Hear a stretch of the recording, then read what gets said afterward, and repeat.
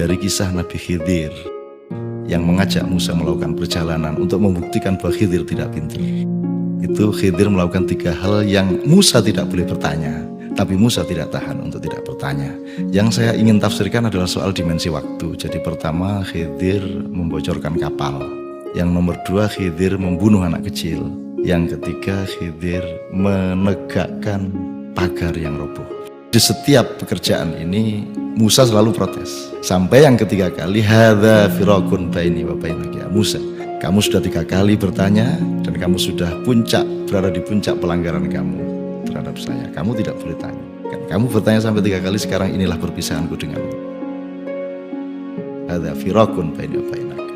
Kelak Musa baru tahu makna dari 3 peristiwa tadi. Saya tidak akan mengajak Anda untuk mengulang-ulang lagi apa yang sudah Anda tahu mengenai 3 kisah itu. Tapi saya akan mengambil apa yang saya sebut, saya tafsirkan. Jadi kapal bocor itu terjadinya kan sekarang. Kapal dibocorkan karena di sana ada kapal yang akan datang, yang akan merampok ini kapal. Kalau tidak dibocorkan, dia tampak bagus akan dirampok. Kalau dibocorkan, dia menjadi karam, kapal yang perompak ini tidak jadi merampok. Jadi si Khidir sedang menyelamatkan kapal ini. Sekedar dibocorkan tapi tidak sampai dirampok. Yang kedua, anak kecil dibunuh. Ini jangan ditiru. Anak ini orang tuanya orang yang baik, taat, soleh, solehah. Sementara anak ini Khidir tahu besok akan jadi anak yang jahat, pemuda kafir. Dan dia sangat kuat sehingga orang tuanya pasti akan ikut kafir. Maka Khidir membunuh dia. Sehingga dengan dia membunuh anak kecil itu, maka dia menyelamatkan orang tuanya dari kekuasaan anaknya besok-besok, dan menyelamatkan anak itu dari api neraka. Dengan dibunuh sekarang, dia menjadi tidak jadi masuk neraka karena dia masih kecil.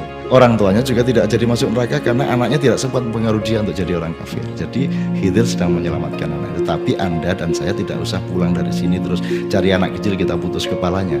Ini si Khidir saja yang punya otoritas dan ilmu untuk itu. Yang ketiga, tiang ditegakkan. Itu peristiwanya masa lalu. Jadi hidup ini sebenarnya siklus dari 3 peristiwa itu. Yang pertama masa kini, kapal tadi. Yang kedua masa depan. Anak kecil itu besok-besok akan jadi kafir dan pengaruh. Ini masa depan, dimensi masa depan. Yang ketiga masa silam. Tiang ditegakkan karena ada harta karun dari masa silam. Sebenarnya kita punya naluri dan metodologi untuk mengolah zaman dan sejarah ini berdasarkan siklus masa kini, masa depan, masa silam. Kekinian, ke besok-besokan, dan ke masa lalu. Kalau kita marah sama anak kita kan gitu, kamu itu bagaimana? Udah sekolah tiap hari, bolos saja. Besok-besok jadi apa kamu? Kan itu kan dari masa sekarang dia bolos, terus kita bayangkan besok-besok anak kita jadi apa? Terus baru kita ngomong, mbok ingat bapakmu dulu waktu kecil. Jadi selalu sekarang, besok, kemarin, sekarang, besok, kemarin. Saya kira sebagai bangsa, pemimpin-pemimpin kita juga sudah melupakan siklus itu, sehingga kita ini hilang di tengah-tengah dimensi waktu. Kita tidak tahu kapan sekarang, kapan besok, kapan kemarin, karena kita sudah tidak mengerti irama waktu.